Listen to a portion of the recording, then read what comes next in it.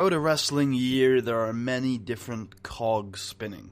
Feuds that build, championship runs that get bigger and bigger as the months go on, people who rise through the ranks and try to move up in the world. But in every year, there has to be a boiling point, a stopping point. One time where the slate is reset. For MEW, that's October. Because in October, feuds end, championship matches are held, and it all begins again. Ladies and gentlemen, my name is Putty, and welcome back for another edition of Mid-Atlantic Wrestling. The landscape of MEW will change dramatically after today, because there are a lot of exciting matches on this card. Announced already, we have the main event of the evening, Gino Montero, the rising star of professional wrestling, taking on the ace that runs this place, the Mid-Atlantic Regional Champion, Greg Gage, with his title on the line. Also announced earlier this month, a tag team championship match. The Dynamite Express finally defend their titles against people that, it's very fair to say, probably have their number. The Ring Generals, the World Tag Team Champions, Deadly Dean Waldorf and Marvelous Marv Stadler. And finally, it has been announced that in a rematch of 2 months ago, Greg Gage? Nope. George Wolfe will take on the Architect, as well as 2 more Hot Prospect tournament matches. But before we get into the show this evening, I would like to give a somber announcement of sorts. Now, you may have been hearing throughout the series that we have some financial issues. And one of the things that was beginning to make that worse and worse was that the dojo, the performance center that we run, is costing more and more money every month to run. And so I decided that we didn't need to make our own stars to find and build them. And I sold the Mid-Atlantic Dojo for a very large sum of money. So I hope you're not too torn up about that. I know it's a big part of Mid-Atlantic Wrestling that we create our own talent. But we're going to find guys out there that nobody else thinks are good, like the Hot Prospects Tournament, and we're going to make them stars. We're still a developmental territory. We just don't make them ourselves, which is fine. We're going to build them. We're going to make them bigger than they ever were before. Speaking of Hot Prospects, let's take a look once again at the Hot Prospects bracket. Obviously, it has not been updated from last show. Seth Whitehead and Gordon Bennett, I believe, were the 2 guys to go through to the quarterfinals, the semifinals last time. Tonight we have Carl Levesque taking on Hal Harvard and Christopher Ball taking on Johnny Needham. Let's get right into the show, shall we? The big season finale. Before we get started, there is one more thing. There have been rumors that one of the people in tonight's main event have signed a hot contract with a big exclusive Fed. Maybe we'll learn more about that as the show goes on. So we open up the show with a video package on the DVD. Probably the audience don't see this, hyping up that Gino is the hottest prospect in wrestling today. The 2016 Ripcord Invitational Challenge winner. You know, he had a title match that he took the World Heavyweight Champion to his limit last month, and now he wants to put MAW on the map. He wants to win the MAW Regional Championship and run this place from the title position. And Hal Harvard, of course, is in our Hot Prospects tournament, and he says, I'm not too interested in being a hot prospect or being a top prospect or whatever they want to call it. I haven't been wrestling for a while. I technically qualify for this tournament, but I'm 30 years old. I've been in this business a while. I'm really more interested in how MAW got the finances to run this tournament. I mean, it just does not add up. I've done the math, I've run the numbers, it doesn't make sense. So I'm going to get to the top and I'm going to win this tournament so that I have the political sway to look more into this financial situation. And indeed, Hal Harvard does defeat Carl Levesque with a forward Russian leg sweep and progresses on to the semi-finals. Good stuff from Hal, who is very oddly motivated for a professional wrestler. As Christopher Ball is in his suit backstage and he says, I used to be a fighter. I used to be in MMA. And I had a good record there. I think I got fired on a win streak. I was at the top of my game, but there were just some people in MMA that played politics. There were some people in MMA who didn't like me. So I'm here in professional wrestling, the glitz and the glamour, and I thought the glitziest and the glamorous place to go is MAW. And, they used to call me the rubber ball. I used to bounce back no matter what. And tonight, that's what I'm going to do. I'm going to keep bouncing back, and I'm going to win this match. Because I am stronger than anybody else in this tournament. And Christopher Ball does indeed defeat Johnny Needham in one of the worst matches we've ever seen. With a Superman punch. Okay. Johnny Needham definitely not ready to carry anybody. But good for Christopher Ball going through to the semifinals. As Gino Montero picks a mic up and says, Greg, you've been a great champion. You've been a great champion. You think you underestimate your abilities sometimes, and I get why, but you have been a fantastic champion for this brand and for this company, and you have put on great matches week in and week out, or more likely month in, month out, or more likely every few months, because you barely are here. But you know what? I'm going to be a better champion. Because you're here, you're in Japan, you barely even talk about MAW when you're in Japan. I've watched the tapes. I've watched Japan. I know of Japan. I'm aware of Japan. And I've watched the tapes. And you barely even talk about Mid-Atlantic Wrestling. I'm going to be an ambassador for this brand. When you see Gino Montero, you're going to think Mid-Atlantic Wrestling. Whether I'm in Mexico, or in the UK, or here in the United States, or even if I head to your precious Japan, I will be an ambassador for this brand. And there are rumors floating around that somebody in the main event has signed an exclusive contract with a big Fed. I think that's you, Greg.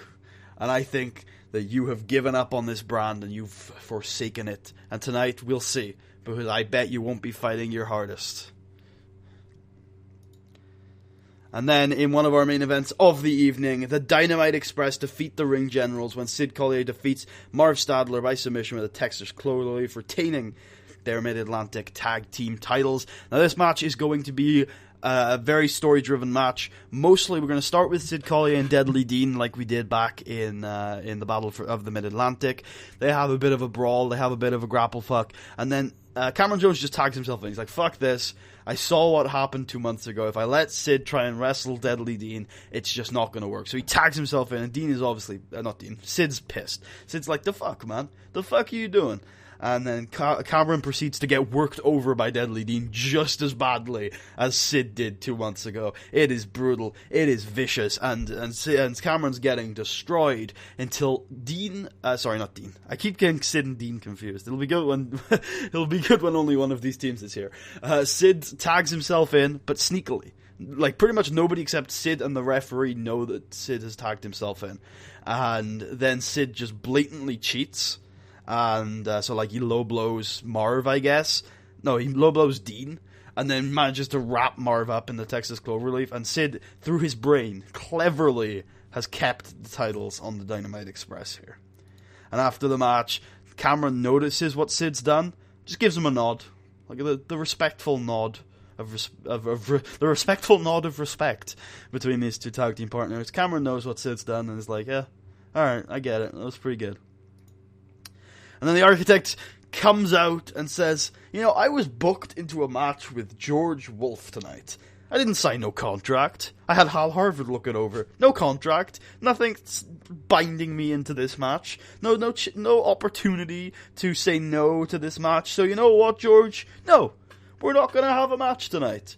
But you're going to have a match tonight, and I found you a perfect opponent. An opponent I'm sure you won't say no to, because it is one of the biggest stars in Mid-Atlantic Wrestling. It is a guy who is worthy of a match with you at Where It All Begins Again. Tonight, George, you're not going to be taking on me. You haven't earned that right. I already beat you. You're going to be taking on Roddy Ramos. And we do indeed have George Wolfe versus Roddy in 13 minutes. And George Wolfe does defeat Roddy. Roddy puts up a good fight. Keeps George down with his grappling quite a bit. But George comes out on top, beating Roddy in this semi-main event of the evening. Good stuff from these two, with Architect on commentary. But George Wolfe, unstoppable. Had a very good year, George Wolfe. I wonder what he's going to be doing to end us off. And Greg Gage gets on the mic and says, I haven't signed an exclusive contract. All these mind games and this bullshit, Gino. I used to like you. I still respect you, Gino. But I don't like you anymore. You're playing these mind games. You're trying to turn people against each other. And it's just silly. Let's go out there and let's wrestle. And let's see who the better man is. Because You know what? I used to doubt myself. But those times are over. Tonight, let's see who the better man is, and I bet it's going to be me. And then there is one more video hyping up the rivalry that started in January when Gino pinned Greg in the Ripcord Invitational Challenge semi-finals and has finally climaxed here. Who will represent Mid-Atlantic Wrestling? Two international superstars. Two people who can represent MAW on the international stage. The prodigal son or wrestling's hottest rising superstar. The main event of 2016. And in a 57C-, Greg Gage defeats Gino Montero in 34 minutes and 44 seconds by submission with the Proton Lock in an excellent display of grappling, in an excellent display of technical prowess. Two men working at the peak of their powers. Excellent grappling, fantastic stuff. Was Greg Gage holding back? Like fuck he was, but neither was Montero. Fast, quick-paced action. Conheros to the outside, moonsault to the outside from Montero, just wild brawling at ringside, and then finally a grapple exhibition in the middle of the ring, which Greg Gage gets the better of, and Gino Montero taps out. After the match, Greg gets on the mic and says, you know, we both tried to play a little mind games before the show today, and now it's over, I would like to extend an olive branch. Gino, I know you've signed with a big company in Mexico. I know you've had a really lucrative contract offer, and I'm not salty, and I don't think you've betrayed anything. I think you've got a wonderful opportunity, and I genuinely wish you the best of luck in it, and I wanted to give you some time to say goodbye. Thank you for everything you've done here from me, and I wish you the best of luck in south of the border. And Greg shakes Gino's hand, and he gives him the microphone. Gino gets on and he says, you know, when I came to Mid-Atlantic Wrestling, I genuinely thought it would be a stepping stone. I said this a couple months ago, and it wasn't lies, it wasn't a character. I thought it was going to be a little pit stop out here in DC that I was going to come to, and I was going to get a foothold in the US, and then I was going to move on. And, you know, I'm leaving here in October, only 10 months later, to a bigger place, and you'd think, you might look at me and say maybe MAW was a stepping stone. But you know, me, I look at it a lot differently. I've had a lot of fun here. There are some great guys, some great wrestlers, and some great people in the back. And the type of stuff that MAW does is so valuable to anybody. Anybody out there who isn't signed needs to make a pit stop here, because this is some of the most valuable experiences I've ever had in my life. And there's so many opportunities. There are so many tournaments and so many chances for people to show what they're really made of. And Greg Gage, you know, he's had his doubts, and I'm glad he seems to be getting over them, because he is one of the greatest professional wrestlers I have ever had the pleasure of working with. That man is a fantastic ambassador to this company, and Bradford Peverell is a fantastic ambassador to the Confederation. You have some really great leaders here, and you have a really great system, and I wish you the best of luck. I'm moving on to south of the border, and I have to say I'm a little sad because I won't get to work here anymore. But you can be sure that if I ever get the opportunity, I will be quick as a mouse. I will be straight back here. And but if not, thank you all for everything you've done, and I hope you continue to enjoy this wonderful brand. And he puts down the mic in the middle of the ring, claps out the crowd, and then walks off. And ladies and gentlemen, things have changed. Things have stayed the same, but one thing's for sure: next episode, it'll all begin again. Thank you all for watching. I hope you guys have enjoyed. If you did, please leave a thumbs up. Check out the rest of the series and subscribe if you haven't already. If you're feeling especially generous and you liked the episode a lot, feel free to check out my Patreon, link is in the description. Let me know what you thought of the show in the comments, and I will join you guys next time for the Proving Ground, the semi-finals of the Hot Prospects Tournament. Perhaps also a title match. Well, I'll just tell you right now, there's going to be a title match. There's the number one contender, you might know who it is. We'll find out next time. Peace out.